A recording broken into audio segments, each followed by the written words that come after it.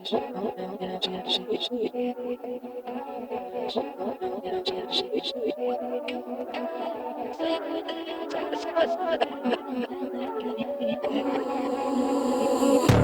in church 6 out of 7 days. Nigga put me in work 6 out of 7 days. Tryna dodge that hearse 6 out of 7 days. Love fucking hurt 6 out of. After 21, I had some fun and became a savage. Played more games than the Mavericks. For love, I made. Legendary podcast. Legendary podcast. Legendary podcast. Legendary podcast. You ain't ready. You ready? You ain't ready. Ready for say ready. You ain't ready.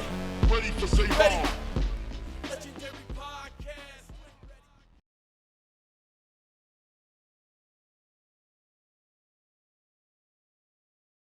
Andrew J. Fountain. Yes, sir. Thank you for giving me the opportunity to interview you, Savon, Savon's Legendary Podcast. Absolutely. Listen, so everybody is here to see you and to see this film, right? Mhm. False Pretenses. The first thing I would like to know is, what are you most proudest of in regards to this production? What is your crowning jewel, if you can put that in the sentence? I mean, yeah, because well, first off, thank you for having me. My pleasure. You know what I mean? I couldn't be more thrilled. I'm excited. I'm excited for tonight. I'm happy you could be here in attendance to see this. The thing that I'm probably most proud of is my cast. You know what I mean? They really took the story that I gave them and brought it to life. And so that's probably the crowning jewel for me. You know what I'm saying? Because they all came, they did their thing. You know, sometimes with productions, you got all types of things that going on that could go wrong. People don't know their lines. They ain't taking it seriously. My people came ready to work. You know what I mean? And so taking 8 black people up to the woods, you know what I mean, and sitting them there for 3.5 weeks, you know, that can be a recipe for disaster. So, man, my people came in through and they did their thing, and that's what I'm most proud of. Now, you just said they came to work. They remembered that. How important is it? And this is for all you aspiring actors, actresses. How important is it to have someone that you give a role to that you believe can knock it out, be prepared for that role, and take it seriously? Because this is your baby. Right. That don't mean it's everybody's baby, right? Absolutely. That's the truth. Absolutely. But you have to kind of transition or translate that emotion of it being your baby and try to get it to be their baby as much as possible so they take it. Talk to me about that a little bit. About getting them to do that? Yeah. You know what? Honestly, a big part of that just depends on the person and who you are as an actor and how seriously are you taking your craft. You know what I mean? Because I really won't know until we get in front of the camera, and then by that point, I'm sweating. You know what I'm saying? I'm thinking all these different things. I already got the money invested now. Right. You know what I'm saying? So a lot of it has to do with the actor. And to be honest with you, on this project here, there was a brother I was ready to let go. We're not going to say no names. No, we're not going to say names, but you know who you are. I was ready to let him go. That's crazy. Was making a phone call, you know what I'm saying? Like, and I'm telling him, like, yo, I don't think, and he's like, yo, and I swear to God, he says, I got you. And it was something, the inflection in the tone whenever he said it. You believed him. I did, and then I lied to you not. We got up to the cabin, he blew me away. Blew me away. That doesn't happen. You know. That's a blessing, because that don't happen. All right, I'm just saying, well, I'm a very spiritual man, so I was definitely praying. I mean, I was getting ready to let him go 2 weeks before we weren't supposed to be up there. So I'm already stressing about that. You see what I'm saying? My man came through and did his thing. Shout out to that young man. You know who you are. The rest of the world won't. Don't worry about it. Wow, that's crazy. So let me ask you this. 12-3 Productions, right?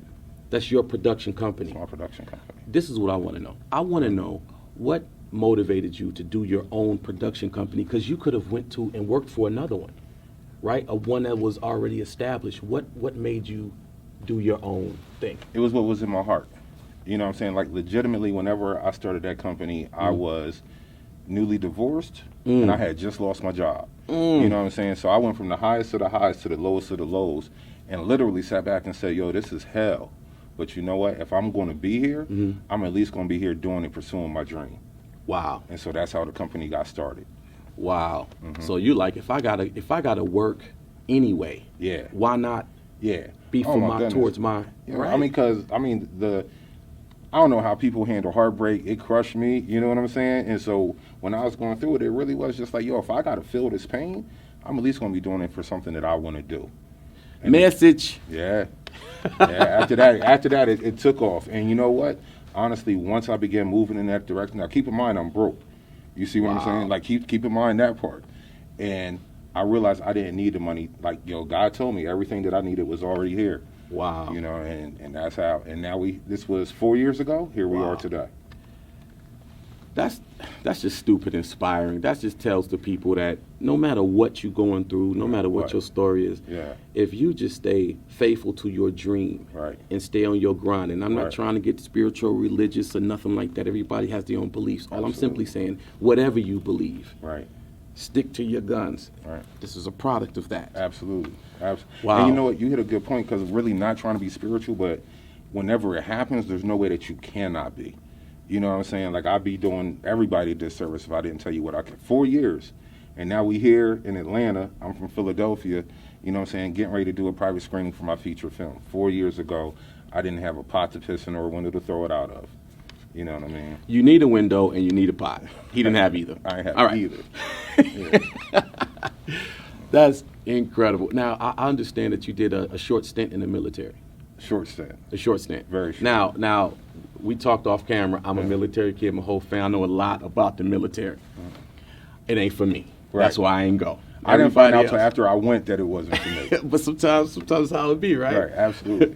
So that short stint, do you think anything about the military and your experience with it helped kind of mold you into being strong enough to carve out your own lane? Because the military do come with benefits when it comes to shaping someone. The military, if you got the right mindset, the military is a great tool to use. You know what I mean? And actually, all of my experiences helped to get me to where I am today. Including the military? Including the military. Sure. First off, I went to 2 military schools. Oh, wow. You know what I'm saying? Before the military. Wow. You know what I mean? So, yeah, like, they've been trying to get discipline into me since I was 5. You know what I mean? So, but all of my experiences helped me to, you know what I'm saying, get to where I am today. I'm grateful for every single one of them. You know, people, you can't cheat the process, man, and that's just part of the process to be who. But you just got to stay the course. I love your story, man. Let me see what else I got for you. So, this is a murder mystery. This is a murder mystery. The reason false pretenses. Absolutely, and I think that we're entering into a new era of film. You know what I mean? Especially with blacks and different stories that we can tell. And that's the thing I always want to do, is tell a story with us that hasn't been seen before. We ain't just butlers and chauffeurs no more. You know what I mean? Like, we in prominent places. We doing things. Our children are doing things. You know what I'm saying? And so we need to start having stories that reflect that. You know, I agree. You know, I don't want to just have, you know, although I love them, the rom-coms. I don't want to just have the hood joints. I don't, I mean, don't get it. I like having a good time too, but every movie can't be about keys and partying and nightclubs, and you know what I'm saying? Like, it can't be that all the time. We're more than that. A lot more. Yeah. We're probably less that. Right. Absolutely. Than what else? You know what I'm saying? Yeah. But see, our art doesn't reflect that, and so, but that's the part that I think is coming in. You know what's funny about that? I look at gentlemen like you, and you know, you say our art don't reflect that. I agree and I disagree, and this is what I mean. This is what I mean. I mean, the art that we have been blessed to go mainstream with doesn't reflect that. Right. But there's so many artists True. that don't speak about the kind of cliche, stereotypical things. Unfortunately, do black people want to see the not hood joints? Do we? Yeah, absolutely. Do we? Absolutely. Are we ready? Yeah, I think so. Let me tell you why I asked you that. Okay. I asked you that because what type of movies do we go out and support? I'll say it like this though: which ones have we had the opportunity to go out and support? Look at you. You know what I mean? Oh, that just got sexy. That just got sexy. All right. How important to you was having an all black cast? Oh, it was top priority. Like it wasn't even a question about it. You know what I mean? It was, it never even came into question. Wow. I knew who I mean, because, like you said, you know what I mean, we're so many different things, and to have the opportunity to show a diverse cast, a diverse all-black cast. That's crazy. Yeah, it's so many, I really do think tonight people are going to get to see us, you know what I mean, on the big screen, and just, you know what I mean, I think it's going to open up the box. I really do. One of my biggest things has always been educating while entertaining. And that's what I want people taking away from this film tonight. So you're going to hear some things. It may just be slid in there, you know what I mean? It may be blatant, but we're going to see us in a different light, doing different things, you know what I mean? Wow. Yeah, and teach one, each one. Exactly. So we already let them know. They already know it's a murder mystery. So between you and me, who did it? Oh, I can't tell.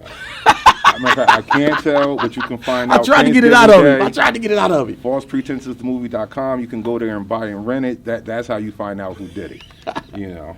So I got one more question for you, man. Thank you so much for your time so far. I got one more question. Listen, I personally know so many actors, actresses, producers, writers, aspiring directors, all aspiring. If you could give them one message throughout this process of what they need to hold on to, because most people just don't make it to this level where their film is in a theater. You know what I mean? That's just a fact. And especially, I hate to say it, people of color, we really are kind of further back a little bit when it comes to that. If you could deliver one message through your experience through this whole process to aspiring actresses, actors, directors, writers, what would that one thing be? Stop waiting for permission. Wow. That's it. Stop waiting for permission. Go out there and make it happen on your own. And then you're going to meet the right people along the way. You're going to meet the people that you're supposed to be connected to. A lot of people sitting around waiting for other people to do stuff for them. Nah, get out there, start doing it step by time. I hate to use this analogy, but if you watch The Wizard of Oz, Dorothy at first had to walk by herself. Then she met the Tin Man. Then she met the Lion. Then she met the Scarecrow. You're going to meet the right people along the way, but you always got to take the first steps yourself. Message. Listen, Andrew J. Fountain. It was a pleasure, my brother. I'm looking forward, just like everybody else is, to seeing this film. Thank you for your time. All right. Savon's Legendary Podcast, Andrew J. Fountain. Thank you. Legendary Podcast. Legendary Podcast. Legendary Podcast. Legendary Podcast. You ain't ready. You ready? You ain't ready. Ready for Savon.